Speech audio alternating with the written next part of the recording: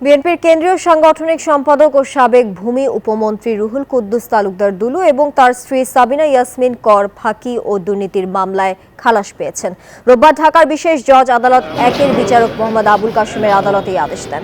খালাস পাওয়ায় রুহুল কুদ্দুস দুলু সন্তোষ প্রকাশ করেছেন। মামলায় 5 কোটি টাকার সম্পদের তথ্য গোপন এবং প্রায় 8.5 কোটি টাকার অবৈধ সম্পদ দখলে রাখার অভিযোগ আনা হয় তাদের বিরুদ্ধে।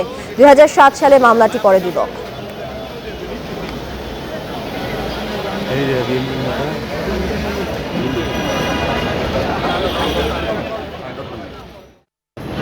যারা এই দীর্ঘ 20 বছর যাবত আমাকে বা আমাদেরকে সহযোগিতা করেছে, আমি তাদেরকে আমি মন আল্লাহ কিন্তু অন্যায় করিনি, এই জন্য আল্লাহ আমার সহায় করেছে।